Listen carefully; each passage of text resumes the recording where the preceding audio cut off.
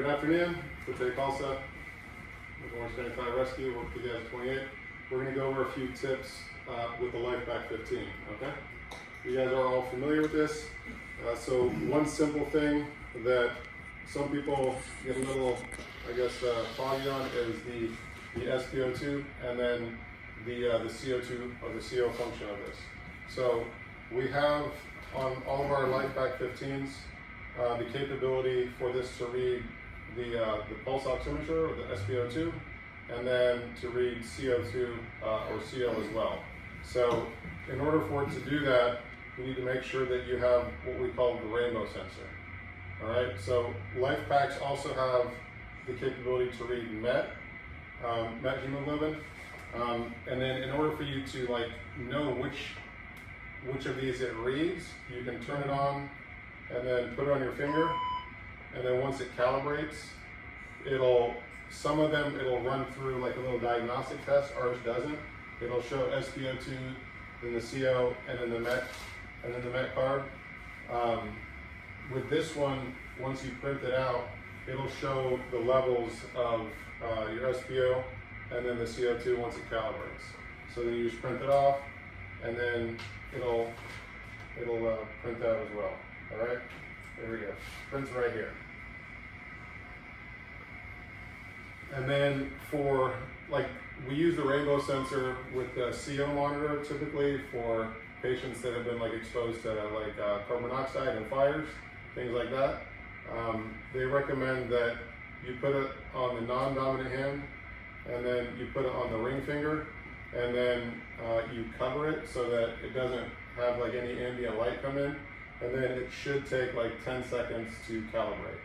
And then once it's calibrated, it'll come up here, and you can either select it, or if somebody has high levels of CO, it'll automatically alarm if they have 10% or more. So another way to do it, if you're curious, you just go down here, select it with the speed dial, and then highlight the SpO2, and then go to the CO, and then it'll bring up the numbers. So I've got 0. It'll hold this for 10 seconds, and then it'll default back to the SpO levels. You guys have any questions on that? You said the rainbow sensor, you have to switch it out, or does every pack come with that? So we have two sensors. The rainbow sensor is in all of the LifePak, it's all in all the drug boxes, Yeah. and then it's kept in a separate little pouch. So the reason we do that is because they're more expensive than the regular ones, and then we don't need them as often, so we just need them for such special circumstances. So we try to keep them safe and undamaged. So they're in the drug boxes. Did you have a question? Good. So when you are on CO, those colors reverse, it changes color when you highlight it? So what are you talking about When you specifically? go over it again? Yeah. Yeah, then you go over to CO, yeah. So if I go here, Okay. yeah, so it'll highlight here, and then it changes to CO, and then it'll stay in the CO for 10 seconds, and then it'll revert back to the normal SpO2. So, and then the only time it'll ever alert you is if somebody has a level of CO higher than 10%. So, And the color will be red, right? yeah, you're correct. It'll be red, and then you'll get an audible alert. So, Is the number a percentage, or? it's a percentage, yeah. Yeah, it's a percentage based. And then after moving on to something else, another quick thing that we've changed the protocol several times with VFib, VTAC, working codes. So a quick thing that we've done here that they've used on all the monitors is if someone's in VTAC, let me just find this right here, we'll put them in VFib. So if you recognize they're in VFib and you want to do a quick shock, you don't even have to select the energy, just hit charge, and it's going to default to 360. So instead of you having to hit energy select and dial it up, just hit charge, and then it'll go to the first initial shock of 360 for our protocols, which is everyone's protocol. And then if you don't want to shock, you just hit the quick button, and then it'll dump it, and you don't have to worry about it, inadvertently shocking anybody. So Another thing, our department, let me turn this off here. Put them in a different rhythm here.